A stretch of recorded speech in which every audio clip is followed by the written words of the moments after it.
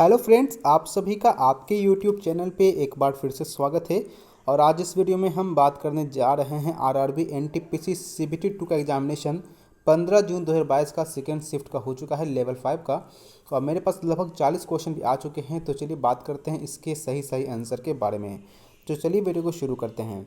तो क्वेश्चन पूछा गया था, ब्रिटिश ने अवध के ऊपर कब्जा कब किया था? तो 1956। और ये क्वेश्चन बार बार रिपीट हो रहा है। फर्स्ट शिफ्ट में आज पूछा गया था कि 1856 में कौन सी क्रांति अवध के द्वारा किया गया था। उसके बाद कल पूछा गया था कि बेगम हजरत महल किससे संबंध है। तो यहाँ पर 1857 में क्रांति जो स्टार्ट की थी अवध से। तो क्वेश्चन ये बहुत ही बार पूछा जा रहा है। उसके बाद क्वेश्चन था कि कौन सा किताब मुगल नामा के अंतर्गत नहीं आता है। तो यहाँ पे अलग अलग नाम दिया हुआ था, जैसे अकबरनामा, जहांगीरनामा लिखा हुआ था, शाहजहांनामा, फिर बाबरनामा। तो ध्यान रखना, जहांगीरनामा जो है ये कोई किताब नहीं था। इसके बदले तुझे के जहांगीरी यहाँ पे किताब था, वो इसका सही आंसर था। तो जहांगीरनामा सही हो जाता कि वो मुगल नामा कोई किताब नहीं था। लाल किला पर 1947 में जब आज़ादी मिली थी तो शहनाई किसने बजाया था? तो उस्ताद बिस्मिल्लाह खान थे। तो इन्होंने वहाँ से शहनाई बजाई थी। अल्पासियन माउंटेन कहाँ है? तो नॉर्थ अमेरिका में है। जैसे कि आप देखा जाए तो ये जो नॉर्थ अमेरिका ऊपर का पार्ट है, एक पार्ट जो है अमेरिका का, यहाँ पर रॉकी माउंटेन है, और एक दूसरा देखा जाता है तो अल्पासियन आपका माउंटेन मिलता है। तो वो क्वेश्चन यहाँ पे पूछा गया था। फिर इंडिया और श्रीलंका के बीच कौन सी खाड़ी यहाँ इसे अलग करती है, जयसंधि अलग करती है? तो यहाँ पे बताया गया बच्चे द्वारा कि ऑप्शन दो दो करके दिया हुआ था। तो एक तो खाड़ी में अगर देखा जाए तो गल्फ मन्नार की खाड़ी है, और अगर जल संधि की बात करते हैं तो पाक जल संधि जो है इसे अलग करती है इंडिया और श्रीलंका को। तो क्वेश्चन ये था, तो आंसर सही हो जाएगा। उसके बाद पैरा स्पोर्ट्स सेंटर कहाँ बनाया गया है? तो लखनऊ में ही बनाया गया है, जो यूपी में पड़ता है। ये भी ऑप्शन था, तो ये आंसर सही होता। जी राजियो पेरिसी को नोबेल प्राइज किस फील्ड में मिला है 2021 का? तो फिजिक्स के फील्ड में मिला है। भारत का जो 40वां यूनेस्को लिस्ट में शामिल किया गया है वो किस राज्य में है? तो गुजरात का जो है 40वां धोलावीरा जो है उसको यूनेस्को का 40th, भारत का जो 40th यूनेस्को लिस्ट में शामिल किया गया है। तो ये क्वेश्चन पूछा गया था। ग्रीन रिवोल्यूशन स्टार्ट होने का कारण क्या था? तो ग्रेन के प्रोडक्शन को बढ़ाना था, और ये स्टार्टिंग पंजाब से हुआ था।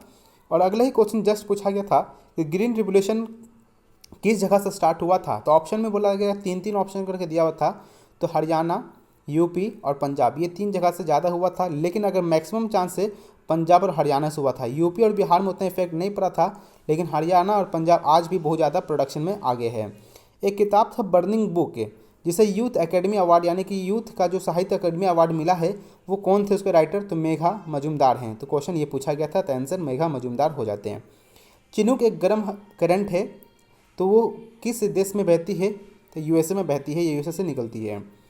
फिर क्वेश्चन था कि राज्यसभा का उपसभापति अभी कौन है? तो हरिवंश नारायण सिंह है। तो इसका सही आंसर हो जाता। लेकिन अगर क्वेश्चन ये पूछा होता कि राज्यसभा का सभापति कौन होता है, तो ध्यान रखना है, राज्यसभा का सभापति वाइस प्रेसिडेंट यानी कि राष्ट्रपति होते हैं। अनाज के लिए काम करना, ये योजना कब स्टार्ट की गई थी? तो 1977 में इसको स्टार्ट किया गया था। ये क्वेश्चन पूछा गया था। हो सकता आने वाले शिफ्ट में ये पूछा जाए कि किस किस राज्य से स्टार्ट किया गया था। एक अगला क्वेश्चन है कि भारत का सबसे लॉन्गेस्ट आर्क ब्रिज जो बना हुआ है किस नदी पे बना हुआ है? ये चिनाब नदी पे बना हुआ है। उसके बाद एक पूछा गया था, राजस्थान का हॉट एरिया को क्या कहते हैं? तो ये जो क्वेश्चन है कोपेन क्लाइमेट से रिलेटेड है, जहाँ पे आपको पता होगा गर्म के लिए ABCD ये कि इस्तेमाल किया जाता है। तो उसी हिसाब से क्वेश्चन ऑप्शन में दिया हुआ होगा इसी प्रकार का, AC, AB, AM, AD ऐसे करके ऑप्शन होगा। तो उसी हिसाब से को ये मानना था। कार्बन का कौन सा आइसोटोप सबसे हार्ड होता है? तो ये सभी को पता है, कार्बन का आइसोटोप डायमंड है, तो ये सबसे हार्ड होता है। SC और ST के रिजर्वेशन के बारे में, स्पेशल रिजर्वेशन किस में बताया गया है? तो शेड्यूल 5 में बताया गया है SC ST का स्पेशल रिजर्वेशन।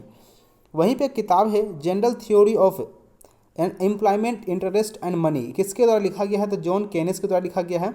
और ये जो पूरे दुनिया के अंदर 1929 में जो सबसे बड़ी जो कह सकते हैं इकोनॉमिक क्राइसिस आया था, उसके समय ये किताब लिखा गया था, और उस समय ये बहुत ही लाभदायक किताब हुआ था। तो जॉन केनेस के द्वारा लिखा गया था। तो अगला शिफ्ट में पूछ सके कि क्वेश्चन ये कि किताब कब लिखा गया था? 1929 का इकोनॉमिक क्राइसिस। मणिपुर के मार्शल आर्ट से क्वेश्चन था, तो उसमें ऑप्शन में थांगता था, तो इसका सही आंसर थांगता हो जाता। फिर एक नोमेनक्लेचर यानी टेक्सोनोमी का जो बताया जाता है, जो मॉडर्न टेक्सोनोमी है नामीकरण करना, वो किसके द्वारा दिया गया है, तो कार्ल लिनियस के द्वारा दिया गया है। अब बात करते हैं अगला क्वेश्चन, कोंकण एक्सरसाइज किस देशों के बीच हुआ था। तो ये कोंकण एक्सरसाइज जो है एक नेवी एक्सरसाइज है, तो जो कि यूनाइटेड किंगडम और इंग्लैंड के बीच में हुआ था, नेवी एक्सरसाइज है, ये ध्यान रखना है। रोलेट सत्याग्रह स्टार्ट कब हुआ था, तो 1919 में। तो ये 6 अप्रैल 1919 में स्टार्ट हुआ था और 13 अप्रैल 1919 को ये क्या हुआ था, जलियांवाला बाग हत्याकांड, तो ये आपको ध्यान रखना है। शांति स्वरूप भटनागर अवार्ड किसे दिया गया है, ये मुझे पता नहीं है, अगर आपको पता हो तो कमेंट करके बता दीजिएगा। असम में कौन सा फेस्टिवल नहीं मनाया जाता है, तो ये ऑप्शन पे डिपेंड करता था, लेकिन बच्चे ने बताया कि राज पर्व और गौरी पर्व में कोई एक तो था, लेकिन और इसी में दोनों आंसर पे कोई ही दोनों ऑप्शन होगा, इसमें से वही आंसर सही हो जाएगा। फिर बताएगा नॉर्थ ईस्ट मानसून में सबसे ज़्यादा हेवी रेन कहाँ होता है, तो तमिलनाडु में होता है, विंटर सीजन में होता है, यानी जब आपका मानसून जब वापस आता है तब ये होता है। और एक क्वेश्चन पहले पूछा गया था 2-3 दिन पहले कि कौन सा भारत के नॉर्थ इंडिया में पानी ठंडा के समय बरसाता है, तो वेस्टर्न डिस्टर्बेंस होता है। अगला क्वेश्चन है तुलसीदास जी का बर्थ कहाँ हुआ था, तो ये आपका यूपी में हुआ था। अगला क्वेश्चन था चकमा रिफ्यूजी किस देश से संबंधित है, तो बांग्लादेश इसका सही आंसर हो जाएगा। ट्राइब्स जनजातीय महोत्सव 2021 का कहाँ बनाया गया है, तो रायपुर में बनाया गया है। अगर क्वेश्चन पूछा हो कहाँ, तो रायपुर में। अगर ये पूछा गया होगा कि किसके बर्थ के हिसाब से बनाया गया है, तो बिरसा मुंडा पे। और अभी एक बिरसा मुंडा का एक यहाँ पे म्यूजियम बन रहा है झारखंड में, तो वो भी क्वेश्चन पूछा जा सकता है।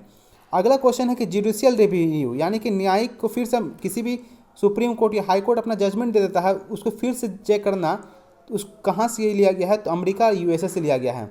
और ये कहाँ से क्या लिया गया, ये बार बार क्वेश्चन पूछा जा रहा है। अगला क्वेश्चन है प्रेसिडेंट का अभिभाषण किस आर्टिकल के अंतर्गत आता है। और प्रेसिडेंट का अभिभाषण क्या होता है, राज्यसभा और लोकसभा के बीच दोनों बुलाकर यहाँ पर प्रेसिडेंट अपना क्या करते हैं, भाषण देते हैं, तो आर्टिकल 86 में कहा गया है। और उनको साल में 2 बार यहाँ पे देना जरूरी होता है। और यहाँ पे रिसीवर जो कंप्यूटर में इस्तेमाल किया जाता है किस मोड का होता है, तो सिंप्लेक्स ऑप्शन था, तो इसका सही आंसर सिंप्लेक्स होता है।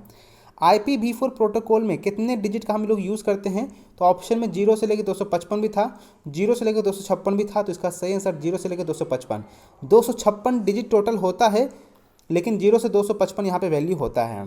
वर्ल्ड बैंक के 2020 में एक रिपोर्ट जारी किया था, उसमें बताया था कौन सा कंट्री में कोई भी पॉपुलेशन गाँव का नहीं है, तो ये ऑप्शन पर डिपेंड करता है। अभी मुझे पता नहीं क्या था, कमेंट तो करके बता दीजिएगा। मगध की सबसे पहली कैपिटल क्या थी, तो राजगीर और राजगिरी, ये बार बार क्वेश्चन CBT 1 में पूछा गया था। एलिमेंट कौन सा ऐसा एलिमेंट है जो चाकू से काटा जा सकता है, तो वो सोडियम है, जिसका केमिकल नेम Na होता है, तो वो ध्यान रखना है।